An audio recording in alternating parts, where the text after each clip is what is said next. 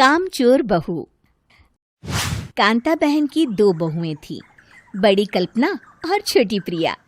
कल्पना का जैसा नाम वैसा ही काम।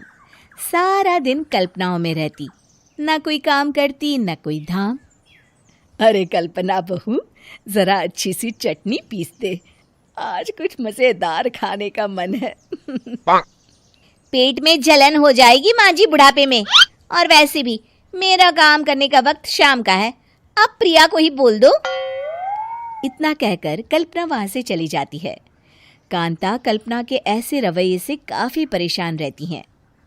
मैं बना देती हूँ माँ चटनी, ऐसा बोलकर प्रिया माँ को चटनी बनाकर प्लेट में खाने को देती है कि तभी वहां कल्पना आ जाती है।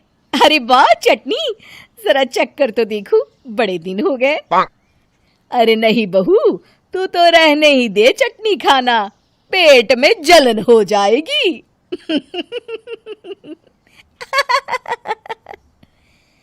इतना कहकर कांता और प्रिया दोनों हंसने लगते हैं। कल्पना सारा दिन या तो मोबाइल में यूट्यूब देखती या फिर सोती रहती। उसका कमरा भी बिखरा और गंदा रहता। एक दिन कल्पना का पति अशोक उससे कहता है, अरे कल्पना, जानवर भी उस जगह को साफ कर लेता है जहां वो बैठता है, तुम तो इंसान हो, कैसे इतने गंदे कमरे में रह लेती हो? देखो सारा सामान यहाँ वहां बिखरा पड़ा है। ज्यादा अपनी माँ का बोल ना बोलो। हाँ, कमरा तुम्हारा भी तो है, गंदा लग रहा है तो साफ कर लो। पता नहीं तुम्हारे साथ मैं कैसे जिंदगी बिताऊंगा। इतना कहकर अशोक वहां से चला जाता है।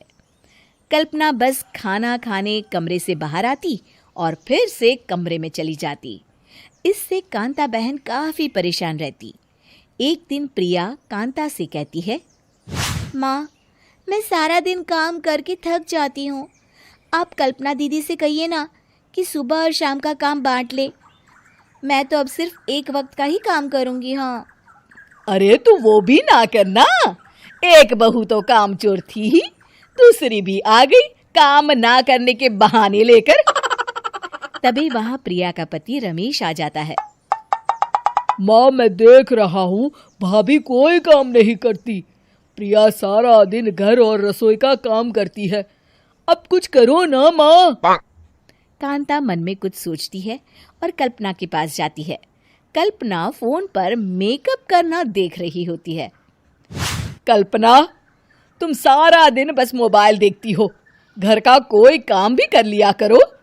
प्रिया सारा दिन काम करके थक जाती है, आज से मैंने फैसला किया है, एक वक्त का काम तुम करोगी, सुबह का खाना तुम बनाओगी और रात का प्रिया। आप लोगों ने काम को हव्वा बना रखा है। अरे पता नहीं थोड़ा सा ज्यादा काम करने में आप लोग घबरा क्यों जाते हैं। और हाँ, बहुत ज्यादा प्रिया की तारीफ मत करिए मेरे सामने, बड़ी बहू तो मैं ही रहूंगी। मैं कुछ नहीं जानती, कल सुबह मुझे वक्त से खाना चाहिए, रसोई में आ जाना, वरना कल से तुझे खाना नहीं मिलेगा। अगली सुबह कल्पना रसोई में नहीं आती है।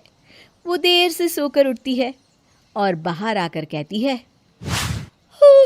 अरे भूख लगी है, आज खाने में क्या है? इतनी देर हो गई, आज किसी ने मुझे उठाया भी नहीं, पता नहीं कहाँ है सब। कल्पना को घर में कोई नहीं दिखता। वो रसोई की तरफ जाती है जहाँ बड़ा सा ताला लगा होता है। अरे रसोई में ताला? ओ, मैं तो भूल ही गई थी, माँ ने आज से सुबह का खाना मुझे बनाने को कहा था। हे भगवान, इतने लोगों का खाना बनाना क्या आसान है? तभी घर के सारे सदस्य बाहर से वापस आते हैं। वाह माँ जी, मजा आ गया छोले भटूरे खाकर। मेरे मुंह में तो अभी भी स्वाद आ रहा है। अरे कल्पना, तेरे भरोसे रहते तो हम तो भूखे ही रह जाते। कल्पना को बहुत गुस्सा आ जाता है।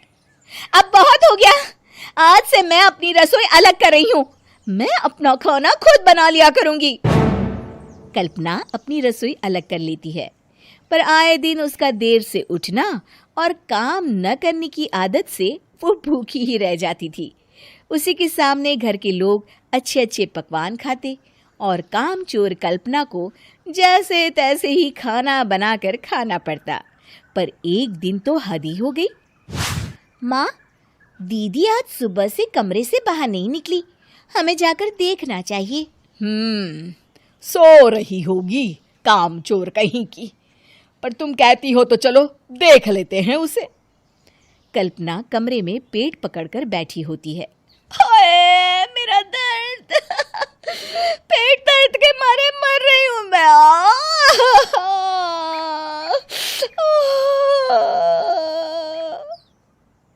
अरे दीदी, क्या हुआ? पेट में दर्द क्यों हो रहा है? डॉक्टर को दिखाया आपने? माँ। कल्पना खड़ी होती है और माँ जी के पास आती है।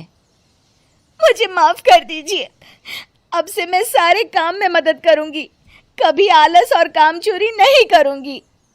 हाँ हाँ, वो तो ठीक है, लेकिन अचानक क्या हो गया जो तू काम करने को तैयार हो गई?